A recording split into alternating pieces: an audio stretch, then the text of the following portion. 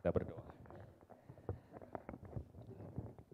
Bapa dalam surga, kami bersyukur atas cinta kasih-Mu yang begitu besar kepada kami, sehingga Engkau datang ke dunia ini melalui anak-Mu yang tunggal, Tuhan Yesus Kristus, menyelamatkan kami, menebus dosa kami, menyelamatkan kami dari cengkraman maut. Kami bersyukur ya Tuhan, saat ini kami bisa menjadi anak-anak Tuhan karena cinta kasih-Mu. Memang benar ya Tuhan, hidup kami penuh dengan tantangan. Mungkin banyak musuh yang senantiasa ingin menyerang iman kami. Tapi kami bersyukur Tuhan, Engkau selalu melindungi kami. Pagi hari ini kami berkumpul di tempat ini, kami memuji nama Tuhan, menyembah Engkau, Tuhan yang mulia. Dan sebentar lagi kami mendengarkan sebagian firman-Mu. Pakailah hamba-Mu yang menyampaikannya dan juga setiap kami yang merenungkannya. Sehingga kami semuanya dikuatkan oleh firman Tuhan. Kiranya Roh Kudus menguasai setiap kami di tempat ini. Di dalam nama Tuhan Yesus Kristus kami berdoa dan ucap syukur. Amin. Jemaat dipersilakan duduk kembali.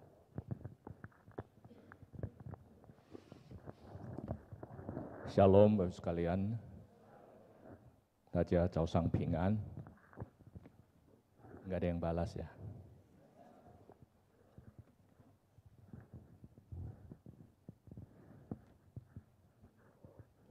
Bapak sekalian, mungkin di antara kita masih banyak yang belum mengenal saya.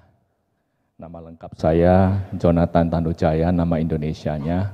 Nama Mandarinya Cheng Li He, saya Margatan. Saya Nyatan ya, setan saya. Bukan iblis, saya Nyatan, marga Nyatan itu. Ya, saat ini saya melayani di GKI Puri, di Komisi Lansia, karena saya udah lansia, udah tua. Harus akui saya udah tua. Baik Bapak sekalian, tema yang diberikan pada saya yaitu menang atas dosa. Oh, udah ya. Menang atas dosa. Mari kita lihat Roma pasal yang ke-6 ayat 11 sampai 14. Roma pasal yang ke-6 ayat 11 sampai 14. Saya akan bacakan aja. Roma 6 ayat 11, demikianlah hendaknya kamu memandangnya bahwa kamu telah mati bagi dosa, tapi kamu hidup bagi Allah dalam Kristus Yesus. Sebab itu hendaklah dosa jangan berkuasa lagi di dalam tubuhmu yang fana, supaya kamu jangan lagi menuruti keinginannya.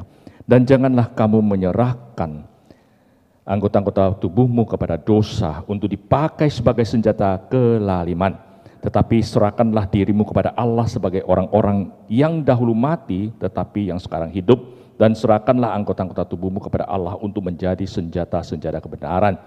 Ayat 14, sebab kamu tidak akan dikuasai lagi oleh dosa, karena kamu tidak berada di bawah hukum Taurat, tetapi di bawah kasih karunia.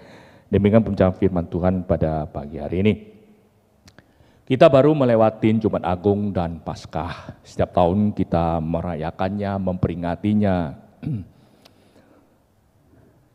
Apa makna Jumat Agung dan Paskah di dalam kehidupan orang yang percaya? Tuhan Yesus datang ke dunia ini, mati buat kita, menebus dosa kita. Habis itu 3 hari kemudian dia bangkit dari kematian, menyatakan bahwa dia adalah Tuhan yang Maha Kuasa, yang menang akan dosa dan maut. Apakah Tuhan Yesus ingin mempraktekkan sebuah karya untuk menunjukkan bahwa dia itu hebat sekali? Tentu bukan. Makna daripada Jumat Agung Paskah membuat kita orang yang percaya itu supaya kita jangan hidup di dalam dosa lagi. Rasul Paulus dalam surat yang ditulis kepada banyak jemaat, kita harus menjadi manusia yang baru lagi. Kalau kita udah ditebus, kita udah menjadi anak Tuhan, kita jangan lagi hidup di dalam dosa. Paulus sering berkata bahwa kita jangan menjadi manusia yang lama dan harus menjadi manusia yang baru. Artinya apa? Kita dari manusia lama tidak menjadi malaikat atau tidak menjadi dewa. Tetap menjadi manusia, tapi manusia yang baru. Artinya tidak hidup lagi di dalam seperti sebelum kita percaya kepada Tuhan. Jadi dengan kata lain, kematian dan kebangkitan Tuhan Yesus Kristus itu jangan menjadi sia-sia bagi orang Kristen. Jangan menjadi hanya sekedar sebuah pengetahuan aja. Saya percaya Yesus mati untuk saya. Saya percaya Yesus bangkit untuk saya. Sehingga saya memiliki pengharapan. Pertanyaan saya, bagaimana kita menjalani hidup ini? Nah, ini penting sekali buat kita. Nah, senang sekali bahwa setelah Jumat Paskah, tema berikutnya yaitu menang atas dosa. Bicara tentang menang atas dosa. Syarat untuk menang itu untuk bagaimana? Paulus sering juga menulis dalam surat bahwa perlengkapin semuanya. Jadi peperangan rohani ini merupakan sebuah peperangan seumur hidup kita. Tadi lagu yang kita nyanyikan, wah harus menang atas musuh, harus menang atas musuh. Hati-hati, musuh itu 24 jam incar kita, benar nggak? 24 jam incar kita. Nah, kalau bicara harus menang, tentu kita perlu mengenal dulu siapakah musuh kita itu. Siapakah musuh kita? Siapa? Kita harus kenal dia kan. Siapa itu musuhnya? Berapa jumlah musuhnya serta berapa banyak amunisi yang di pihak musuh itu yang bisa menjatuhkan kita, mengalahkan kita. Bahkan di dalam perang konvensional, kalau kita melihat perang Ukraina, misalnya Soviet, mereka perlu mata-mata, mengincar sebenarnya. Siapakah si musuhnya itu? Dan di dalam hal ini kita perlu waspada. Hati-hati artinya. Setiap saat aja musuh kita, salah satunya misalnya iblis, dia sangat tahu apa sih kelemahan kita sekalian. Paulus juga sering sekali memberi perumpamaan tentang sebuah perlombaan dalam kehidupan kita ini. Perlombaan. Di dalam perlombaan kita tahu seorang atlet itu perlu dilatih dengan segala macam cara. Digembleng istilahnya. Dilengkapin semuanya untuk melawan nanti musuh-musuh atau lawan-lawannya supaya dia bisa menang dan sebagainya. Itulah baru kita bisa melanjutkan bagaimana supaya kita bisa menang atas dosa itu sendiri. Alkitab mencatat bahwa cuma satu ayat itu aja. Kenapa kita harus menang atas dosa? Karena upah dosa adalah apa? Adalah maut. Gak ada nego-negonya. Zui de gongjia nai shi shi. Gak ada yang lain. Upah dosa adalah maut, mengerikan sekali. Jadi kalau kita sebagai orang yang percaya, masih kita main-main dengan dosa, saya ragu apakah kita sudah ditebus dosa belum? Apakah kita sudah diselamatkan belum, sekalian? Selanjutnya, apa itu dosa? Di dalam Efesus pasal 2 ayat 1, Paulus menyimpulkan ada dua kategori dosa. Mari kita melihat Efesus pasal 2 ayat 1. Saya akan bacakan aja. Kamu dahulu sudah mati karena pelanggaran-pelanggaran dan dosa-dosamu. Dosa yang pertama di sini disebutkan pelanggaran-pelanggaran. Bahasa Inggrisnya transgression. Yang kedua yaitu tentang dosa. Ini umum sekali, sins, dosa. Apa yang dimaksud dengan pelanggaran? Pelanggaran artinya ada sesuatu rambu-rambu, ada suatu peraturan yang udah ada, kita menabraknya ataupun kita melanggarnya. Saya kasih contoh. Misalnya kita lagi bawa motor ataupun bawa kendaraan di jalan, di situ dikatakan tidak boleh ada perboden, nggak boleh masuk. Kita masuk berarti kita melanggar. Atau tidak boleh U-turn, tidak boleh putar balik, tapi kita karena waktu udah desak kita putar balik. Nah, itu adalah pelanggaran. Firman Tuhan mengatakan jangan mencuri. Sudah jelas sekali kita mencuri. Itu adalah pelanggaran. Pelanggaran-pelanggaran yang sudah ada. Ditentukan ini jangan. Dan kita lakukannya. Tiap minggu harus beribadah, hari Sabat harus beribadah. Kita tidak beribadah, itu dosa loh, pelanggaran itu. Sebagai orang percaya malas berdoa, malas ibadah, malas baca firman Tuhan, maaf, itu dosa. Jangan anggap remeh ini semuanya. Itu pelanggaran.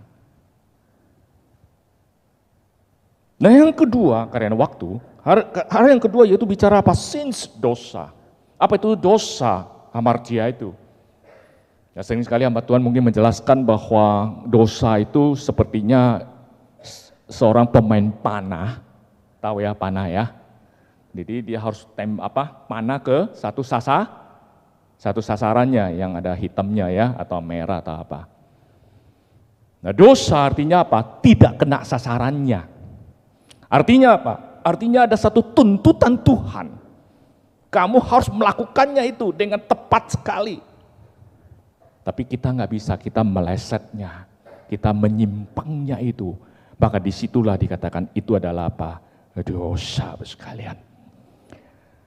Tadi yang pertama ada dicatat di dalam 1 Yohanes pasal 3 ayat 4 juga. Bahwa pelanggaran, melanggar hukum Allah itu adalah dosa.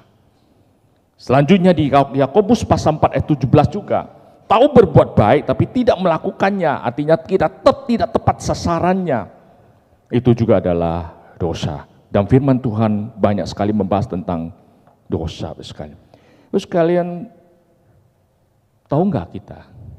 Seluruh kitab Alkitab dari Kejadian sampai Wahyu. Saya ingin tanya, apakah kita tahu nggak? Alkitab lebih banyak dituliskan kepada orang yang percaya atau orang yang tidak percaya? Ada yang mau jawab? Nanti hadiah minta sama Bos Suhendi. Seluruh Alkitab, atau pernah baca Alkitab enggak? Seluruh Alkitab, firman Tuhan itu lebih banyak ditujukan kepada orang yang tidak percaya atau orang percaya? Halo? Hah? Percaya. Kalau saya hitung itu mungkin 95% kepada orang yang percaya. Bukan orang yang tidak percaya. Jadi umat pilihan sampai Wahyu kita melihat semua dituntun pada orang yang percaya. Jangan anggap ini untuk orang yang tidak percaya maka kita malas baca firman Tuhan. Tidak. Kata-kata kalimat kepada orang yang tidak percaya ya bertobatlah. Kerajaan Allah sudah dekat, itu aja sih. Bertobatlah, ada hukuman dan sebagainya. Apalagi kitab Rasul Paulus, semua kepada orang yang sudah percaya. Nah siapakah sih yang bisa membuat kita berdosa? Di Alkitab jelas sekali, sumber dosa itu datang pertama dari iblis bisa. Yohanes pasal 8 ayat 44. Jelas sekali iblis. Iblis adalah pembunuh manusia. Iblis tidak hidup di dalam kebenaran. Iblis adalah pendusta dan bapak segala dusta. Iblis. Tapi yang kedua, jangan semua salahin iblis. Kadang-kadang saya kasihan sama iblis sih. Dikit-dikit iblis, dikit iblis. Akhirnya mengatakan juga manusia juga. Keinginan manusia untuk berbuat dosa. Matius 15 ayat 19, karena dari hati timbul segala pikiran jahat, pembunuhan, perzinahan, percabulan dan sebagainya dan sebagainya. Jadi dari kita juga bisa, karena manusia udah jatuh diam dosa sih. Akar dosa itu bisa otomatis merangsang setiap manusia yang percaya itu berbuat dosa, Bapak sekalian. Nah disitulah kita harus apa? Hati-hati.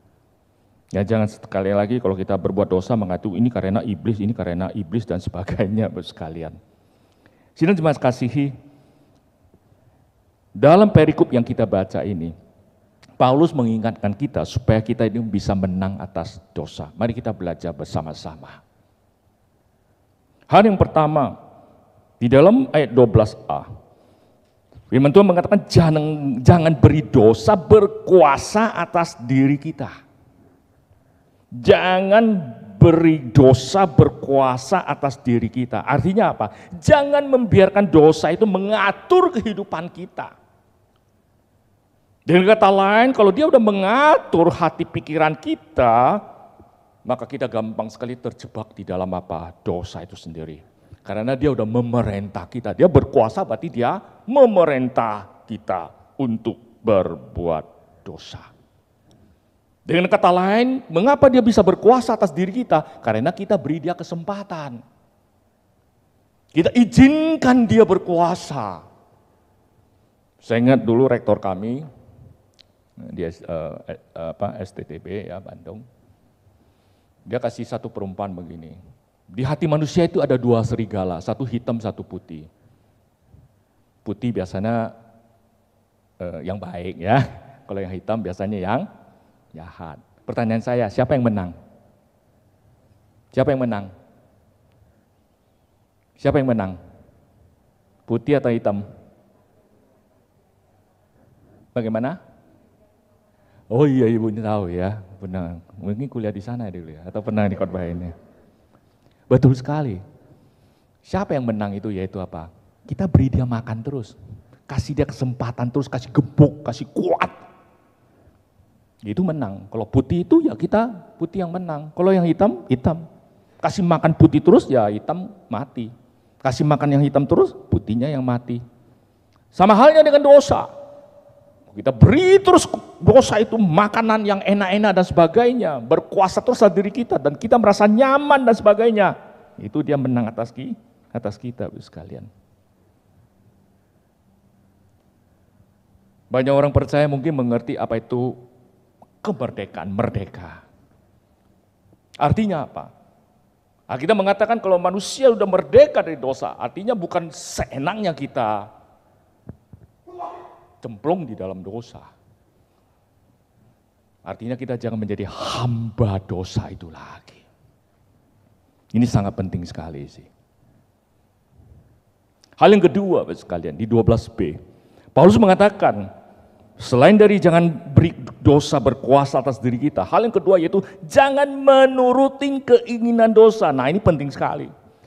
Dosa ini sangat tahu apa kelemahan manusia. Dia tahu itu. Kalau laki-laki sering sekali apa? Apa biasanya? Gadis, ya, cewek apa? Dana, tahta, apa itu? Bingung saya. Tiga apa? Tiga ta ya. Nah, tahta, wanita, dan harta. Dia tahu mana kelemahannya. Jangan sombong kita. Oh dia berzina, saya tidak, hati-hati, mungkin kamu jatuh dalam tahta atau harta dan sebagainya. Iblis tahu itu, setiap apa itu kelemahan kita, dia itu di situ dia menyerang kita. Malas baca firman Tuhan, iblis menyerang terus, akhirnya seumur hidup kita sepanjang tahun kita tidak baca firman Tuhan. Iblis tahu, membuat kita sibuk terus. Iblis tahu kita malas datang ke gereja beribadah. Iblis menyerang terus buat hari Minggu ada banyak acara. Iblis tahu. Ya. Jangan menganggap remeh itu Bapak sekalian. Semuanya iblis tahu. Maka disitulah dia yang menyerangnya kelemahan kita.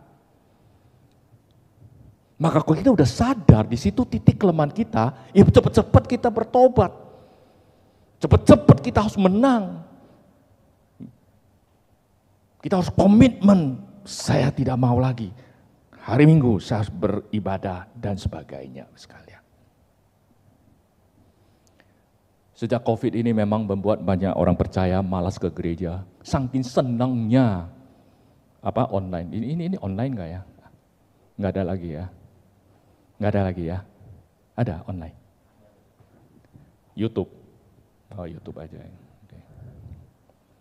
Ya, udah keenakan di rumah terus. Pakai baju tidur pun ibadah kan gitu kan. Mungkin sampai sikat gigi juga sambil lihat itu online-nya. Itu kan gak benar itu. Berani hadap Presiden Jokowi sampai sikat gigi itu. Gak ada sekalian.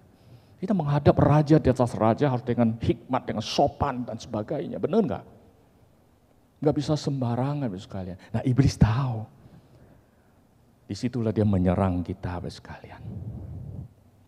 Poin yang ketiga, di ayat 13a, Paulus mengatakan bagaimana kita bisa menang atas dosa, jangan menyerahkan anggota tubuh itu kepada dosa. Roma 12 ayat 1 jelas sekali Paulus mengatakan, orang yang percaya harus serahkan apa? Persembahkan tubuhmu yang kudus untuk Tuhan. Sebagai ibadahmu yang sejati. Ada seorang pendeta senior sih, saya nggak sebut namanya, lucu orangnya. Setiap ketemu orang dia salaman, kamu persembahan berapa persen untuk gereja, untuk Tuhan? Selalu tanya sih. Suatu hari dia salaman dengan saya, Pak Jonathan berapa persen kamu persembahan untuk Tuhan? Saya jawab apa? 100%. Bingung dia. Konsep saya 100% bukan harta, bukan uang. Apa? Hidup saya. Benar? Tuhan maunya bukan uang kita, tapi seluruh hidup kita. Kalau seluruh hidup kita sudah untuk Tuhan, kenapa kita mau serahkan kepada iblis lagi atau kepada dosa lagi? Tuhan tidak mau. Bait suci Allah yang kudus ini, tentu kita harus pelihara dengan baik-baik.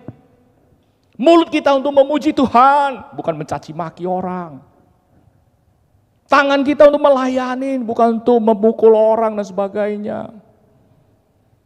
Dan sebagainya sekalian. Seluruh tubuh kita ini untuk kemuliaan Tuhan.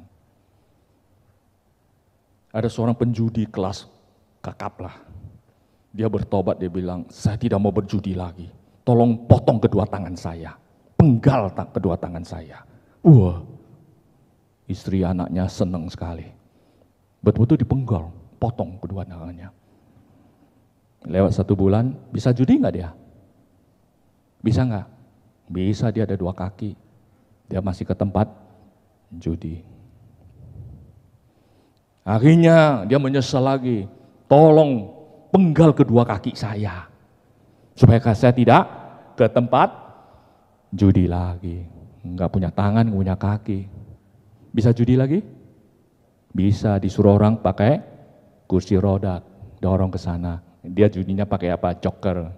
Pasang ini, ya, kasih ini, ya, pakai mulut. Kecuali terakhir potong kepalanya, baru nggak bisa. Kalau tangan sama kakinya masih bisa. Kecuali congkel matanya aja lah, dua-duanya mungkin nggak bisa lihat lagi. Itu mungkin masih dia bisa dengar. Ini sebelah ini apa ya? Ini apa ya?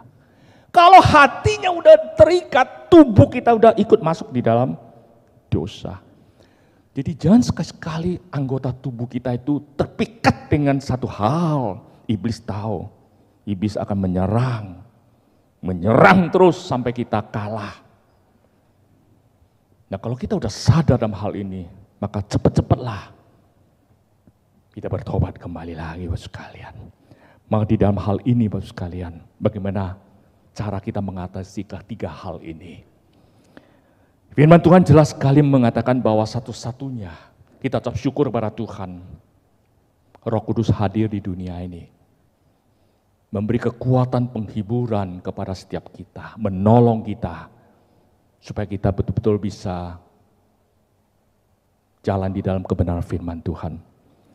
Saya senang sekali Mazmur 111. Maaf, ini mungkin saya sudah telat ya.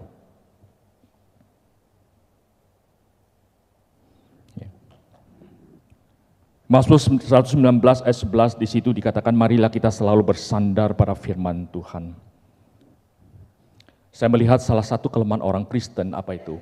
Banyak berdoa tapi tidak banyak baca firman Tuhan, benar? Banyak berdoa tidak salah, tapi kurang baca firman Tuhan itu salah. Berdoa itu sepihak aja kita kepada Tuhan. Tapi Tuhan menjawab doa kita melalui apa? Firman Tuhan. Saya sering sekali di dalam keputusasaan, saya berdoa, seolah-olah tidak ada jawaban. Tapi begitu saya baca firman Tuhan, di situ saya mendapat kekuatan penghiburan dan kekuatan dari Tuhan yang luar biasa. Berdoa penting, tapi baca firman Tuhan jauh lebih penting lagi, Bapak sekalian. Maka Alkitab jelas mengatakan bahwa mari kita selalu bersandar pada apa? Firman Tuhan, Bapak sekalian. Celakanya saya melihat banyak orang percaya, dia banyak berdoa, banyak melayani, tidak salah karena kurang baca firman Tuhan, sehingga dalam hidupnya saya melihat masih banyak percaya kepada takayul, mistik-mistik di dalam kehidupannya. Karena tidak baca firman Tuhan. Buktinya banyak yang tanya saya, Pak Jonathan boleh nggak ini, boleh nggak itu, bingung saya. Saya jawabnya apa? Kembali ke firman Tuhan. Kalau tukul kembali ke lab, laptop. Kalau saya bilang saya kembali, back to the Bible, kembali ke firman Tuhan. Kalau firman mengatakan iya, ya, iya. Kalau tidak, tidak. Memang angka 13 itu sial. Mana ada diam firman Tuhan? Buktinya banyak kok pasal 13, 13 juga banyak. Apakah itu angka sial? Alkitab tidak mengatakan itu, nggak usah percaya. Tapi kalau kita baca firman Tuhan, kita sadar, kita ada dapat jawabannya. Bukan melalui doa, ataupun mimpi-mimpi dan sebagainya sekalian. Jadi mulai saat ini mari kita lebih banyak baca firman Tuhan, karena disitulah firman Tuhan akan menguatkan kita. Disitulah Tuhan melalui firman Tuhan akan mengalahkan semua dosa-dosa. Beri kita kekuatan. Selanjutnya di Roma pasal 8 ayat 1-17, saya tidak akan bacakan lagi. Di situ Rasul Paulus mengajak kita supaya kita hidup di dalam apa? Pimpinan Roh Kudus, Bapak sekalian. Paulus membicara tentang hidup di dalam kedagingan dan hidup di dalam apa? Roh. Sebelum kita percaya pada Tuhan, kita hidup di dalam kedagingan. Di situ diuraikan semuanya. Tapi setelah percaya pada Tuhan, marilah kita dipimpin oleh Roh Kudus, Bapak sekalian. Banyak orang yang tanya saya, Pak Jonathan, bagaimana sih kita sadar bahwa seseorang itu dipimpin oleh Roh Kudus? Jawaban saya sederhana. Galatia 5 jelas sekali. Seseorang dipimpin oleh Roh Kudus, maka dia ada buah roh. Jelas sekali itu. Bukan bahasa roh, enggak perlu itu. Seseorang dipenuhi Roh Kudus, maka buah roh itu dinyatakan dalam kehidupannya. Baik di keluarganya, di gereja, dan dimanapun berada. Saya banyak belajar tentang buah roh daripada karunia roh. Kadang-kadang karunia roh itu penting nggak penting, tapi kadang-kadang orang yang punya karunia roh tapi tidak dipenuhi Roh Kudus, maka karunia roh itu mencelakakan dia. Buktinya di jemaat di Korintus. Ribut gara-gara banyak karunia. Karunia roh penting-penting di dalam hal pelayanan. Tapi orang yang melayani Tuhan tidak dipenuhi Roh Kudus, tidak bisa menunjukkan buah rohnya, tidak ada kerendahan hati, tidak ada kasih dan sebagainya, sehingga bisa terjadi pertengkaran dan sebagainya.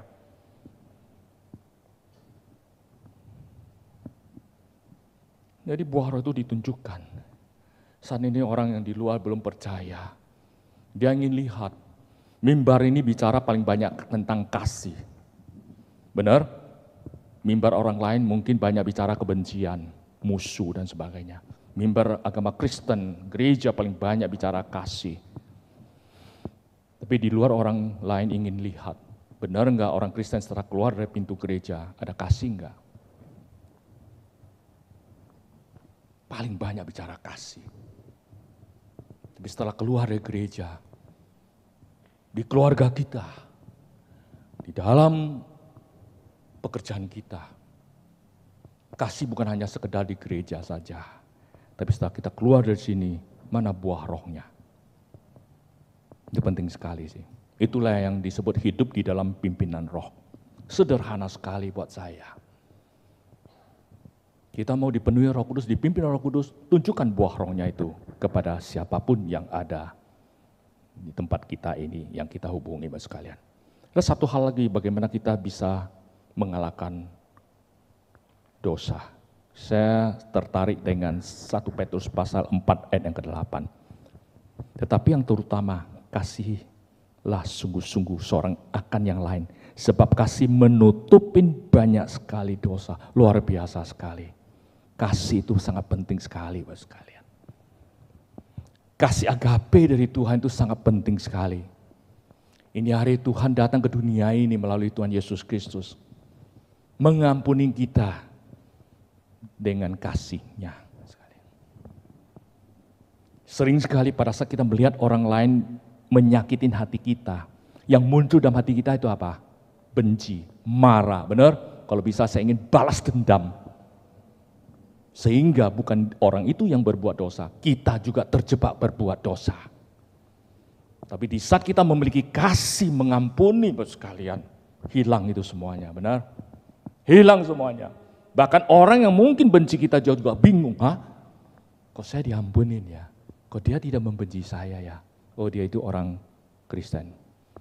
Di dalam sebuah seminar hamba Tuhan, saya ikut waktu itu ya. Tiba-tiba ada seorang istri pendeta, dia berkata kepada kita sebagai pendeta semuanya, dapatkah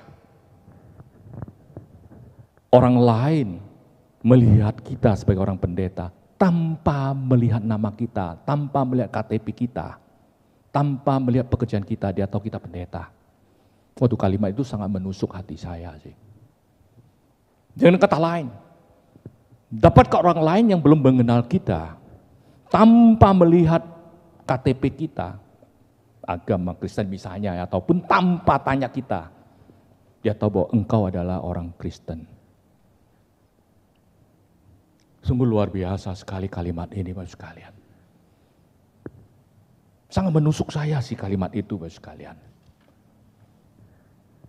Ini yang perlu kita sebagai orang percaya praktekkan semuanya. Nah, kalau iblis sudah melihat dosa, tidak akan menyerang kita lagi. Karena kita penuh dengan apa? Kasih. Kasih itu buah apa? Salah satu buah roh. Kasih itu adalah salah satu buah roh. Lalu sekalian sebagai penutup, marilah kita hidup di dalam kebenaran firman Tuhan. Sekali saya ingin katakan di tempat ini, jangan sombong bahwa kita ini udah hidup bergereja sekian puluh tahun. Jangan. Iblis tidak takut kita udah berpuluh-puluhan tahun. Iblis tidak takut bahwa saya ini adalah pendeta. Enggak, dia tidak takut. Pendeta juga manusia biasa, penuh dengan kelemahan. Jangan menganggap kita ini sudah melayani Tuhan sudah sekian puluh tahun. Jangan sombong Bapak sekalian. Iblis tahu sih mana titik kelemahannya. Disitulah dia akan menyerang kita Bapak sekalian. Dengan kata lain kita perlu setiap saat kita rendah hati di hadapan Tuhan. Setiap saat kita mengakui dosa kelemahan kita. Dan kita mohon Roh Kudus terus memimpin setiap langkah-langkah kita. Baik di dalam keluarga kita, baik itu di dalam pekerjaan kita, tentu termasuk juga di dalam apa? Pelayanan kita. Kalau di gereja ini penuh dengan kasih, saya yakin tidak ada pertengkaran, benar? Kalau di keluarga kita penuh dengan kasih, salah satu buah rohnya, tentu tidak ada pertentangan. Mungkin bisa beda pendapat, biasa. Beda pendapat itu biasa, otaknya beda ya pasti beda pendapat. Kecuali otaknya cuma satu. Tetapi semuanya bisa diselesaikan dengan apa? Cinta kasih. Dengan pertolongan apa? Roh Kudus. Kiranya Tuhan menolong kita. Temanya sangat sederhana, menang atas dosa. Tapi di dalam praktek sehari-harinya apa? Perlu kita hati-hati. Tuhan Yesus memberkati. Mari kita berdoa. Terima kasih Tuhan untuk firman-Mu yang sudah kami renungkan bersama. Kami akui ya Tuhan, kami manusia yang lemah, tidak sempurna, gampang jatuh di dalam dosa. Tapi melalui firman-Mu sekali mengingatkan setiap kami tidak ingin menyerahkan hidup kami, tubuh kami dikuasai oleh kuasa dosa.